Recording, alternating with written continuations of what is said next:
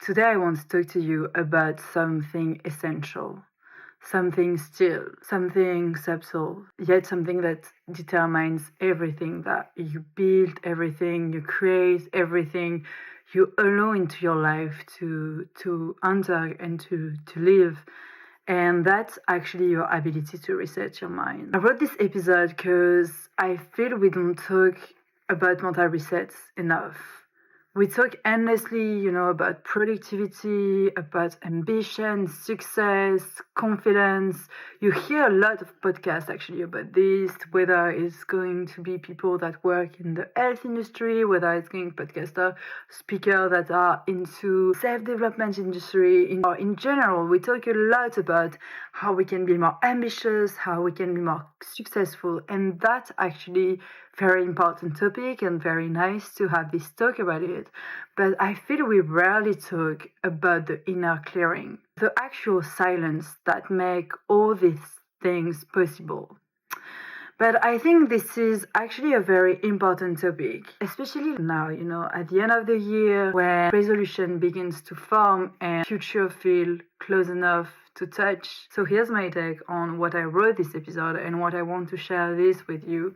It is impossible to create a new life with an old state of mind. So hi, this is Emma and welcome back to a new episode of KN Talks, and this is actually the last of 2025. So even though there is New Year actually in 2 days and you might be in the middle of family gatherings, hopefully this episode finds you and you would still have a little bit of time to listen to it, because this message can be very powerful for you and to have a freshly start of the new year. So I would like to start this episode with a quote of the philosopher Marcus Aurelius, and he was one of the Roman Empire. So he wrote, "The happiness of your life depends on the quality of your thoughts." So I'm gonna revisit one more time. The happiness of your life depends on the quality of your thoughts. So it's Marcus Aurelius. The goal here was not to be poetic. It was to be practical. And there is something deeply grounded in the Stoic philosophy that I want to highlight here. This is the idea your mind becomes your environment long before your environment becomes your life. You live in your mind, you live in your dreams, in your vision, in your world first. And that's why these thoughts are mostly what's gonna define you. And this is also what the psychologist and author Robbins, when she say act like the person you wanna become. This is something I shared with you actually in my last episode. I think it's episode 8. I will link it below so you can always go back to it. But what she said is also very true for this episode. Because when she say act like the person you want to become, she was so precise. It's not fake it till you make it, by the way. Because when you act like this person that you want to become, your brain would start to take action intentionally. So she said your brain would start to really relate to you. And this is basically the same idea. Your mind is basically the most important catalyst. And the world you will mostly create around yourself start first with your inner thoughts and your capacity to dream and project yourself. So a good analogy of this that I want to share with you is children's vision, for instance. Think about it. When you are a child, we live almost entirely in our minds. Our world is shaped first by our imagination, creativity, curiosity, play. We don't wait for permission. We don't wait for perfect condition to start. When you think about it, when you think about your memories, your childhood memories, anything could become a spaceship. You could really invent things start playing with things with even like the smallest thing. I remember with my brother, our mezzanine world literally becoming our space. Then we were like creating all this little house with Lego and like all these little worlds that were just creative worlds, and that we were starting to play with anything in it. And that's the thing, a thought can become really an entire universe. Our inner world is expansive and constrained, and because of this, our external world responds to it naturally.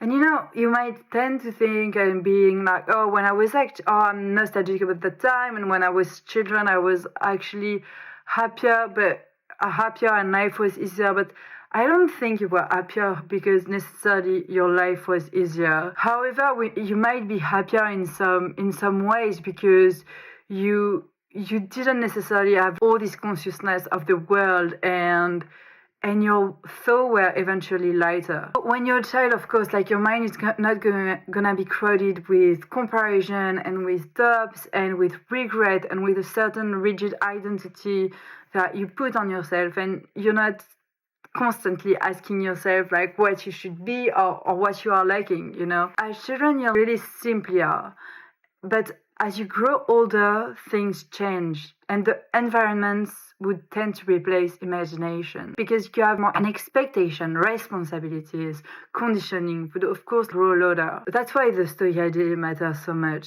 Your mind becomes your environment long before your environment becomes your life. When you're children, you understand this instinctively. When we grow as adults, we grow part of societal rules. And sometimes we draw unconsciously circles around ourselves about certain thoughts, certain fears, certain stories, and we forget they are optional. We forget we can reset things around us. We forget we can reset this thought, and we forget we can choose again.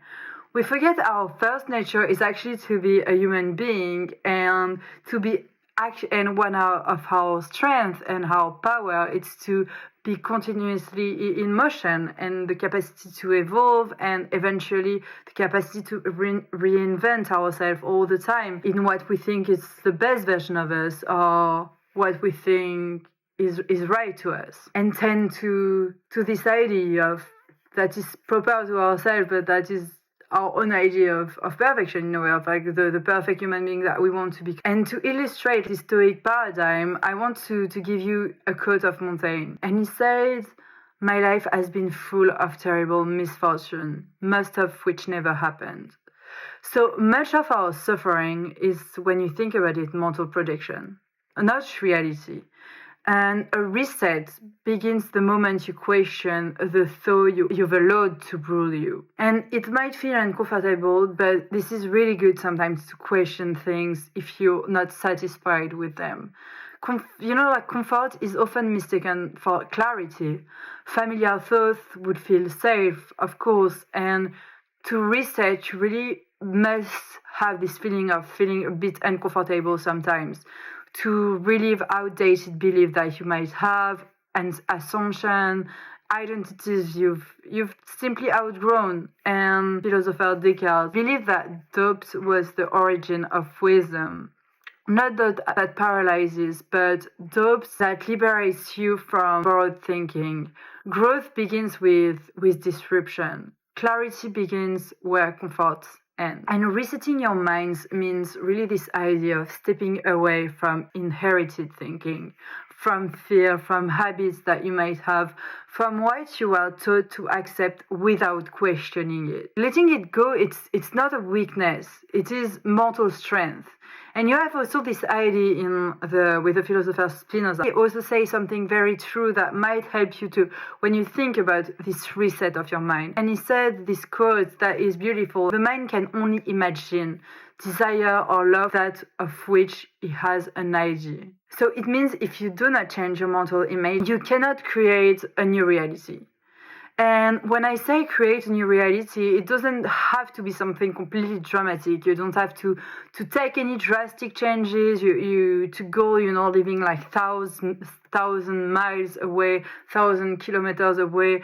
You can just really begin quietly. Actually, most of the time, this thought it's in your mind, so it's very quiet. And it just starts also in simple thing, and what you read, what you're gonna tolerate, the habits you put in place every morning, what you're gonna repeat to yourself, what's really this is this idea of what standards you're gonna accept internally before they're gonna appear externally. So imagine your mind as a landscape. Some thoughts might be forests, some are deserts, some are just like storm.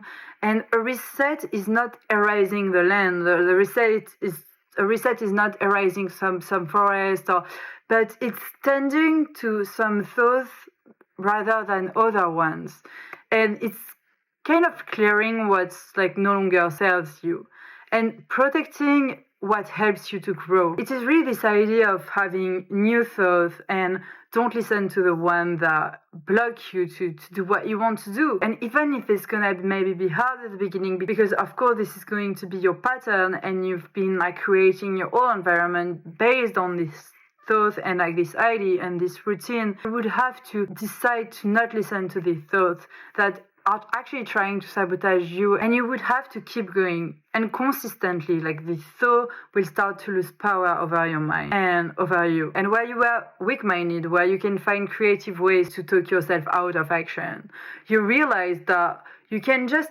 act the way that you feel, and then you will just start to make progress. And with that progress, that voice that was like trying to sabotage you, that thought, you will likely like change, and you will likely change with that voice that is actually routine for you, because you're not lost, you're just distracted, and you have just all this noise in your mind. And what you are accepting, what you have accepted in your life has just like become the things that you've normalized. But you need to really raise your thoughts and raise your standards, and the reality would just follow. Not through force, but through alignment and through consistency, through commitment. No one will give you, you have to also understand that no one will give you permission. Life will not interrupt you with certainty, because nothing could be 100% certain. So you have to move anyway, and you have to try and take risk into your life. So I will keep this episode kind of short, because as I was saying, I think it's gonna be in the middle of the party. We are all kind of like getting ready for New Year, that is in 2 days, and I'm sure we all have like plans and ideas of what we are going to do and stuff. So I don't think you're gonna have like a long time to listen to a really long episode for this. And this is great. I mean, I'm happy for you, and you should actually really enjoy and take some time for you during family gathering time. So I'm just gonna close this episode with a quote of Les Brown that say, you don't have to be great to get started, but you have to get started to be great. So a reset is always a present moment decision. It's always something that you need to decide for yourself, by yourself at the present time, and hopefully it will stay in your mind for the month of January, and when you would take your 2026 good resolution. So thank you for spending this moment with me, even though if it's just right after Christmas and you might have other things to do. So thank you. Save this episode. Return it whenever your mind feels crowded or heavy, or you just feel you need a little reset. So this is Emma. This is KN Talks. Go where you feel alive, baby. Reset your mind and choose thoughts that match the life you want to live and the future you want to create. All right. Kisses. Love you.